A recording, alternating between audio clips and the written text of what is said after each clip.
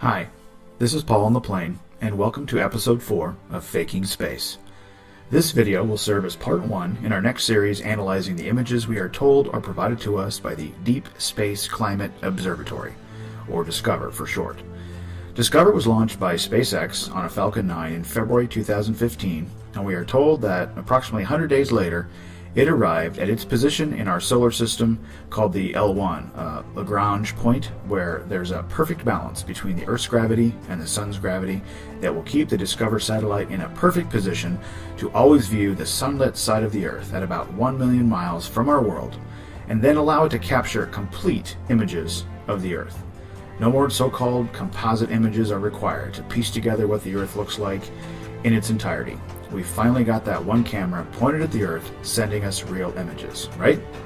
Well, let's see if we start examining the pictures we are told are coming from DSCOVR and its Earth Polychromatic Imaging Camera, or EPIC for short. Do they appear to be real? Or will we find more evidence of NASA manipulating or editing the images? Just a quick note that the DSCOVR satellite is operated by the National Oceanic Atmospheric Administration, or NOAA. It was handed over by NASA after its launch with the intention of the data that DSCOVR captures aiding NOAA's Space Weather Prediction Center forecasters and giving them more reliable measurements of solar wind conditions and improving their ability to monitor potentially harmful solar activity. Truly, a modern marvel this machine is. Okay, we will begin by going over to the Galleries page on the DSCOVR EPIC website on the NASA domain. The link will be in the description. We're going to focus on the Lunar Transit series from July 5th, 2016. You guys have seen this animation before. This is, I think, one of 2 that they did kind of in this format.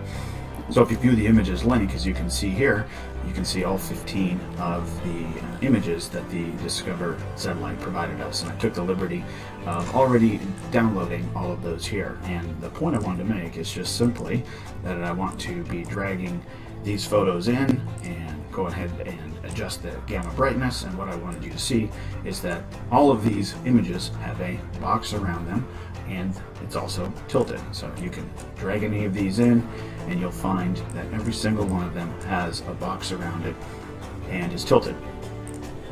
I'm try one more just to show that. And there you have it. Okay, now if we go back to the main page, really cool feature of this site is that you can go and pick the date that you want to see the images from. So I'm going to just scroll back here to July 5th in 2016, and you will see that there are 15 images. So we'll just click on one random one here. This is the 5th one in this series. Let's see, let's go ahead and just put number 5 in front of that, and then let's just pick another one out. How about number 13? Let's download that. And I'm not going to do all of these, but you can go ahead and do that yourself. Let's go ahead and just see if we pull these into Photoscape, if we have the same effect. And adjust gamma brightness, and as you can see. Alright, so we've got some consistency there. They all have a box around them. They're all tilted. The other one that I downloaded was 13 here. And there you have it. Okay, so if we head back to the date gallery here, what I'm going to do is I'm going to go to the day immediately before, which is July the 4th. Okay, so I'm then going to go to the very last image, and this says that there were 12 of them. Okay, so I'm going to go to the 12th image, which is right here, showing 1 of 12. Alright, there's the 12th one. So this is the last image that we received from the EPIC camera before that lunar transit day. Okay, so I'm going to call this day before and 12, and I'm going to pull this into Photoscape. There's the day before, and I'm going to adjust my gamma brightness, and nothing, no box, no ambient light, no noise, no nothing. Interesting. Alright, let's try the day after. That would be the July the 6th. and I'll take the first image. There's 30 pictures the day after, so this is the first image. I'm going to download that and save it. We'll call this day after, and that was the first one. And let's go over to Photoscape. Day after, pull it in, adjust the gamma brightness. No box, no tilt, no ambient light, and no noise, no nothing. So just like the LRO, when there's another object introduced into the image, there's a box around it. In the case of the LRO, when the Earth was introduced to the image, there was a box around it and it was tilted. In this case, we don't have any boxes, and you can go back and look at all the images on the day before and the day after, pull them into Photoscape here, and you won't find any box.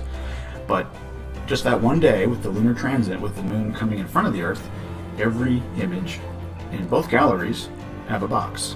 So, curious. Okay, let's head back to the gallery page for just a minute to discuss the description here. July 5th, 2016, the moon again passed between Discover and the Earth. Epic snapped these images over a period of 4 hours, blah, blah, blah. Okay, what it does not mention here is any special processing or reprocessing that has been done.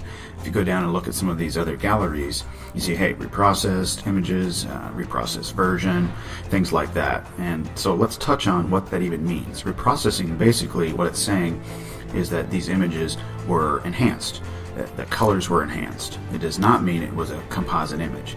The Epic camera itself has 10 different channels that are all combined into one image. That doesn't mean it has 10 different cameras or 10 different shots that it's actually taking. It means that each of the channels are used to detect different things about the Earth, and they do it over 10 channels, from ultraviolet to infrared, we are told.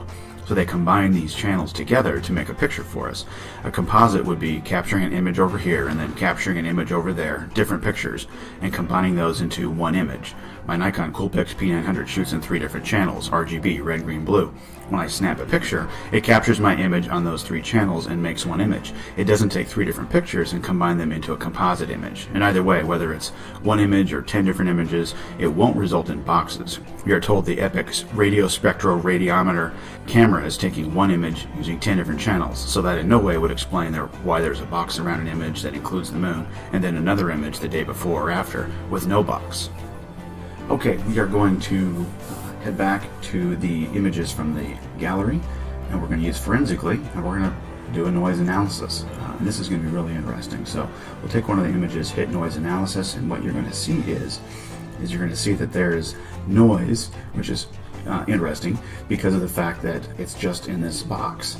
So what is going on here is this has been added because of the fact, look at the area around the box, it's completely black. That's the black background. So if anything, we've got a copy and paste confirmed here that the images are being pasted onto a black background. Let's just open up another one quickly and take a look and see if we get the same thing. Do a noise analysis, and again, different noise this time. Now we've got some different colors, which is very interesting. You see some weird edges around the box there. So clearly this is a copy and paste job onto a black background, and the noise looks like it may have been added, and here's why. If we go back to one of the images that was not during the moon lunar transit, and we do our noise analysis, this was I think the day before, there's no noise around the image of the Earth.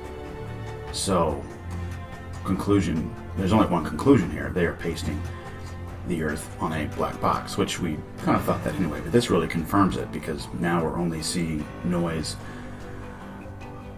when there's a image of the moon, and it's only on this day. We'll do it again. Here's the day after. Again, look, no noise around the Earth. So there's only noise when the moon is present around the Earth, but no noise when it's not. Very, very strange, very inconsistent, totally an anomaly. And we'll just pull up another random image just to be sure. Let's see here. Let's go back to December 6th. That sounds good. Let's just save this image. We'll pick a random one here. Looks like image 6 of 12. We'll save it to the computer. Let's see, I'm going to call it December 6, 2016. Let's save that, go back to forensically, and let's open it up and see if there's any noise in space. And again, nothing. So you can go through and look at all these images and see that there's no noise except for when the moon appears. And it's in a box. Okay, that completes our initial analysis of a set of images from the Discover satellite and its 4-megapixel Epic camera. It's a little disappointing, to be frank, that my iPhone 6 has an 8-megapixel camera, so that's what, twice as good as the Epic camera, considering what we are told the satellite costs the good taxpayers of our country. But that's a topic for another time. We hope you have enjoyed episode 4. In episode 5 of Faking Space, we will dive into another set of lunar transit images that are a little bit more recent, and without spoiling it too much, you'll definitely want to tune in because we found a third object in these alleged images from space about 1 million miles away. Gosh, a 4-megapixel camera with a 40 millisecond exposure getting these beautiful shots from 1 million miles away. Just amazing. Until next time, on behalf of Archer Sage, this has been Paul on the Plane. Thanks for watching.